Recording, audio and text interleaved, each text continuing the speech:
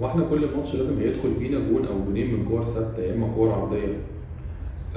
انا مش فاهم بصراحه يا بيسيرو، يعني احنا قلنا اول 3 ماتشات انت كنت بتتعادل وكان في ظروف معينه ولسه بتتعرف على الفريق وكده. دلوقتي انت بتلعب بخطه 3 4 3 او 3 5 2. دلوقتي انت بتلعب بثلاثه ورا، وانا مش شايف اي فايده خلاص بصراحه للثلاث مدافعين. يعني انا بشوف ان الثلاث مدافعين بيلعبوا نفس الشكل. برضه بيجي علينا هجمات خطر، احنا جه فينا امبارح جونين. ضيعوا اكتر من فرصه. محمد صبحي شال الكوره قبل الجون الاول على طول بالهيدرز، شالها جوه الستة ياردة. فانا بلعب بثلاث مدافعين المفروض ان هم طوال بيلعبوا كور عاليه، وفي نفس الوقت بيجي عليا كور خطره وبيجي بيجي عليا اهداف. قلنا يا جماعه الكور الثابته الكورنر او الضربات الثابته اللي بتتلعب علينا بنلعب على التمركز مش بنلعب على المان. احنا يا جماعه عندنا المدافعين بتوعنا ما بيعرفوش يلعبوا على الكوره. هو لازم اتعودنا ان احنا نمسك مان تو مان، هو ده اللي احنا اتعودنا عليه طول عمرنا. لما بتلعب انت بتتمركز وتبص على الكوره ما بناخدهاش. لو تلاحظ الماتشات الاخيره كلها ماتش فيوتشر والماتش اللي فات نفس الكلام يا جماعه. يعني مش معقول يعني بنلاقي فرقه زي سموحه، فرقه تحت في الجدول، وتجيب فينا جونين وتهددنا باكتر من جون، واسمي بلعب بثلاث مدافعين. انا بصراحه مش مقتنع بالموضوع خطه الثلاثه دي. انا بشوف ان خطه الثلاثه دي اوكي تمام لو بنلعب فريق قوي.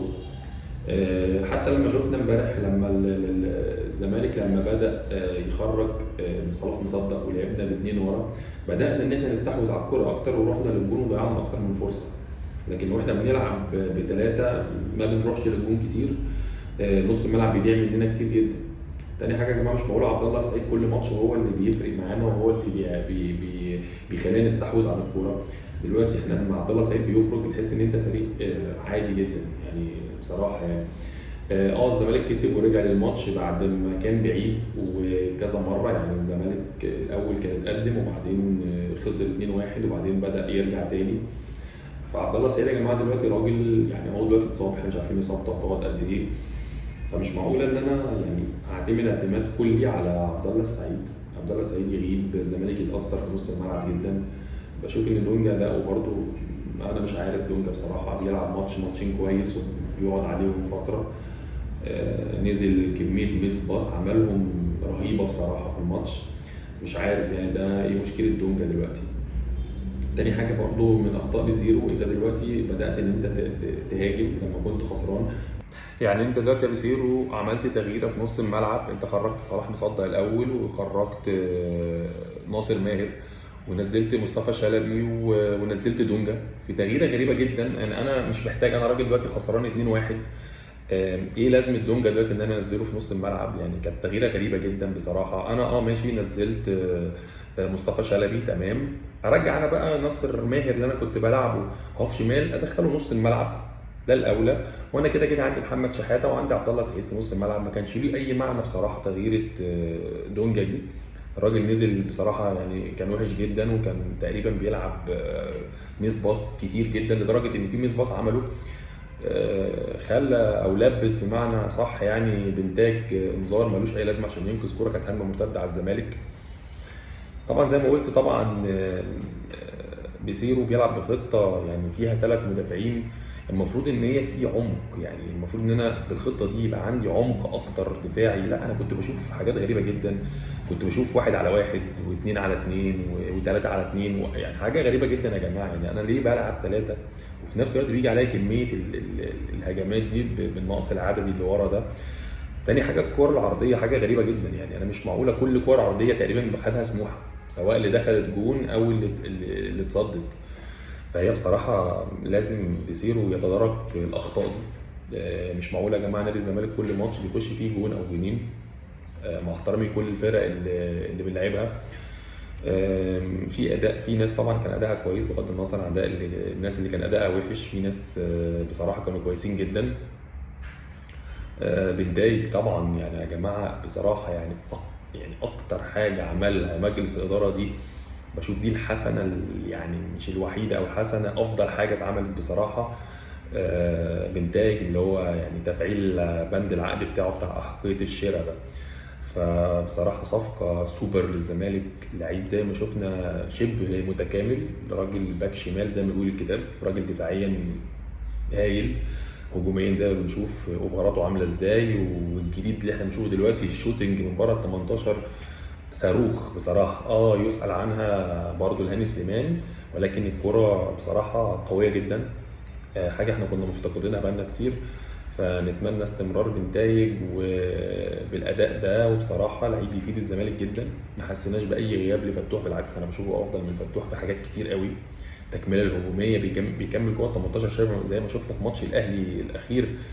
الراجل هو اللي احرز الهدف في تكمله جوه ال 18، ما بنشوفهاش من باك شمال خالص. فبصراحه صفقه محترمه لنادي الزمالك، نتمنى الاستمراريه. الجزيري بيمشي على سطر ويسيب سطر بصراحة. هو جاب جون كويس قوي، ولكن هو بقية المباراة أكنه مش موجود. علامة استفهام على زيزو. سيبك من ان انت زيزو ادائك وحش، انت راجل واقف في الملعب تقريبا يعني. امبارح زيزو 90 دقيقة بيتمشى في الملعب. فمعرفش انت عايز توصل رسالة معينة ولا انت عايز ايه بالظبط. مش عارف، مش قادر احكم عليه بصراحه. ده يعني مش قله مستوى اكتر من الراجل بيلعب بلا مبالاه وواقف في الملعب، فانا مش فاهمه بصراحه. في بعض اللعيبه كانت كويسه زي ما بقول يعني بصراحه. عمر جابر نديله حقه. محمد شحاته كان كويس جدا جدا. ناصر ماهر من ساعه الاصابه وهو مش في مستواه، ولكن برضه انا كنت بقول ان هو ما يطلعش بصراحه. يعني هو امبارح كان يدخل مكانه وياخد فرصه اكبر في مكانه، لان هو كان بيلعب امبارح يعتبر هاف شمال، وهي مش حتته قوي. فبصراحه كان لازم يدخل نص الملعب اكتر. وانا بحب الثلاثي لما بيلعب هو وعبد الله السعيد وشحاته او دونجا، بيبقى الثلاثه مع بعض زي ايام جوزيه كانوا بيعملوا اداء كويس قوي. يعني هو فاقد اكتر من نص قوته وهو بيلعب في ناحيه الهاف الشمال. فبرضه نتمنى انه يرجع لمستواه. طبعا الماتشات الجايه صعبه. في فتره راحه وفي فتره رابطه. ودي فرصه كبيره قوي لبيسيرو ان هو يقدر يصلح اخطائه. التمركز الدفاعي السيء جدا والعمق الدفاعي. لو هيلعب بالخطه 3-5-2 او 3-4-3 لازم الثلاثه المدافعين يتطوروا اكتر من كده بصراحه. لان انا بشوف ان الموضوع صعب جدا في ظل انه في ثلاث مدافعين ويجي فينا جوان ويجي علينا هجمات خطر. فهي غريبه بصراحه منه جدا. نتمنى يعني يصلح الاخطاء دي في كاس الرابطه وفي الماتشات اللي جايه. عندنا ماتش صعب جدا في الكاس مع سيراميكا قبل النهائي، ماتش لا يستهان به.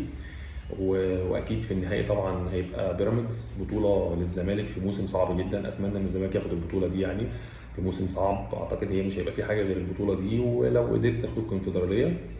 وبالنسبه لي الانجاز اللي المفروض يحصل ان انت تاخد مركز تاني عشان تلعب دوري ابطال افريقيا. ده اللي هيبقى الانجاز الحقيقي بالنسبه لي، وده اللي انا شايفه اهم من كاس مصر، واهم من كونفدراليه كمان.